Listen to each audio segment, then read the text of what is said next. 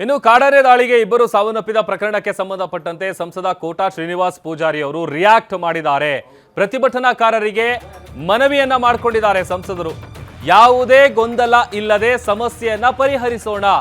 ಕೋಪ ಮತ್ತು ನೋವು ಎಲ್ರಿಗೂ ಸಮಾನವಾದ ದುಃಖ ಇರುತ್ತೆ. ನಮಗೂ ಕೂಡ ಇದೆ, ಕೋಪ ಬರುತ್ತೆ, ನೋವಾಗುತ್ತೆ, ಎಲ್ರಿಗೂ ಕೂಡ ದುಃಖ ಇದ್ದೇ ಇರುತ್ತೆ.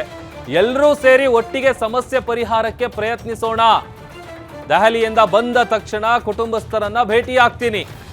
ಪ್ರತಿಭಟನಾಕಾರರಿಗೆ ಸಂಸದ ಕೋಟಾ ಶ್ರೀನಿವಾಸ್ ಪೂಜಾರಿ ಅವರು ಈ ಮನವಿಯನ್ನ ಮಾಡಿಕೊಂಡಿದ್ದಾರೆ. ಎಲ್ಲರೂ ಸೇರ್ಕೊಂಡು ಸಮಸ್ಯೆಗೆ ಪರಿಹಾರ ಮಾಡೋಣ.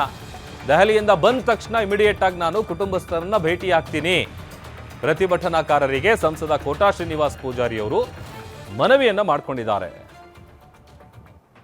ಇಂದು ಬೆಳಿಗ್ಗೆ ಶೃಂಗೇರಿ ಭಾಗದಲ್ಲಿ ಹರೀಶರಿಗೆ ಮತ್ತು ಉಮೇಶರಿಗೆ ಕಾಡಾನೆ ದಾಳಿ ಮಾಡಿದ್ದನ್ನ ಮತ್ತು ಅವರಿಗೆ ಅನಾಹುತ ಆದದ್ದನ್ನ ನನಗೆ ಈಗಷ್ಟೇ ಜೀವರಾಜರು ಫೋನ್ ಮಾಡಿ ಹೇಳಿದ್ರು.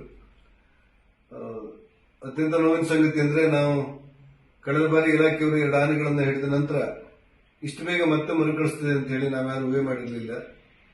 ಹರೀಶ್ ಮತ್ತು ಉಮೇಶ್ ಅವರ ಕುಟುಂಬಕ್ಕೆ, ನೊಂದ ಕುಟುಂಬದಲ್ಲಿ ನಾವೆಲ್ಲರೂ ಕೂಡ ಸಹಾನುಭೂತಿಯನ್ನು ವ್ಯಕ್ತಪಡಿಸಿ ಈಗ ಎಲ್ಲರೂ ಪ್ರತಿಭಟನೆಗಿಂತ ಸುದ್ದಿ ಇದೆ.